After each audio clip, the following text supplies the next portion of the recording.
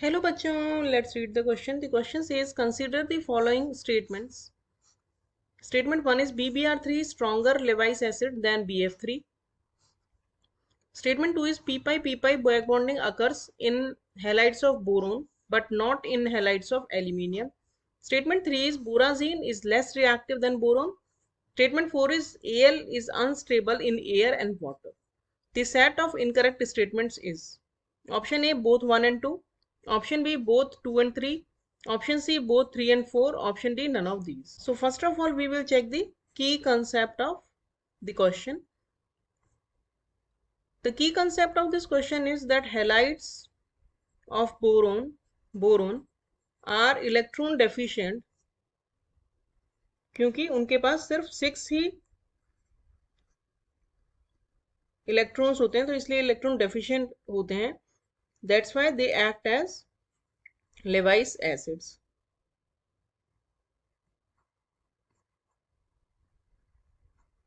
Levi's acids होते हैं जिनको इलेक्ट्रॉन एक्सेप्टर्स होते हैं, जो इलेक्ट्रॉन्स के लिए they are looking for electrons.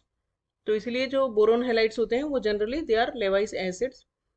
And borazine क्या होता है? दूसरा की कंसेप्ट है बोराजीन होता है B3N3H6.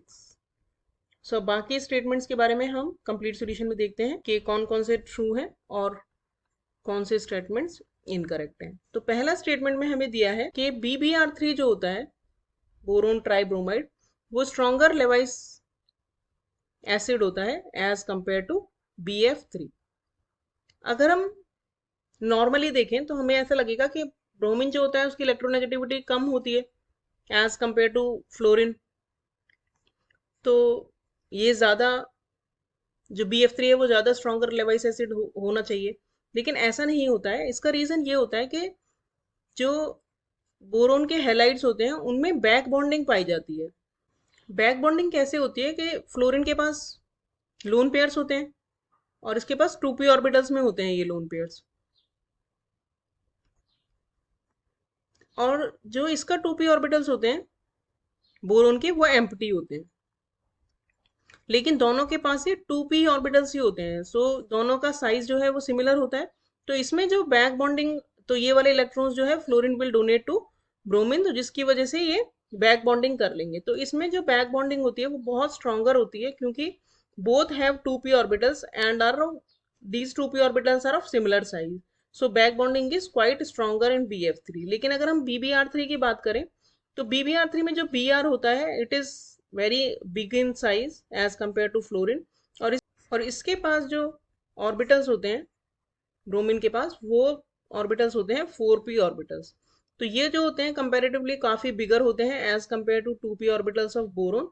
तो इनके बीच में जो बॉन्डिंग होती है it is not that stronger जितनी की हमें एक्सपेक्टेड थी, स्ट्रॉन्गर बॉन्डिंग. तो इसी की वजह से BF3 में तो बैक बॉन्डिंग हो गई, इसकी वजह से जो बोरोन की इलेक्ट्रॉन डेफिशिएंसी थी वो लेस हो गई, उसकी वजह से वो वीकर लेवाइस एसिड होता है.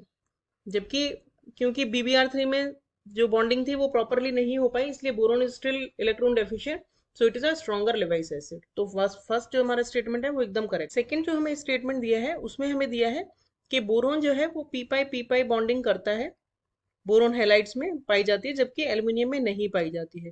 तो ये स्टेटमेंट भी एकदम करेक्ट है क्योंकि बोरोन जो है वो स्मॉल साइज का होता है और इसीलिए वो इजीली p-pi बॉन्डिंग कर पाता है. लेकिन एल्यूमिनियम में क्योंकि डी सबशेल भी इनकॉर्पोरेट हो जाते हैं आगे जाके, इसीलिए इसका साइज काफी बिगर होता है and it is not able to make the p-pi bonding, क्योंकि जो साइज डिफरेंस हो जाता है उसकी वजह से halides in aluminium is not able to make the p-pi back bonding.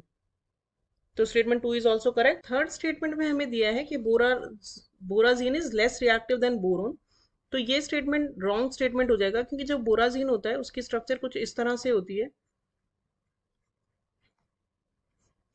और क्योंकि बोरोन और नाइट्रोजन में इलेक्ट्रोनेगेटिविटी डिफरेंस होता है बहुत ज़्यादा, इसकी वजह से ये जो बॉन्ड होता है बोरोन नाइट्रोजन का ये हाईली पोलर बॉन्ड होता है, और due to this highly polar bond borazine is very reactive. तो क्योंकि बोराजिन हाईली रिएक्टिव होता है इसलिए बोराजिन जो है वो बोरोन से ज़्यादा रिएक्टिव होगा, जबकि बोरोन जो होता है वो सिमिलर एटम्स का बना हुआ होता है, तो उसमें उसकी रिएक्टिविटी लेसर होती है as compare to borazine. So statement 3 जो है वो एक रॉन्ग स्टेटमेंट है।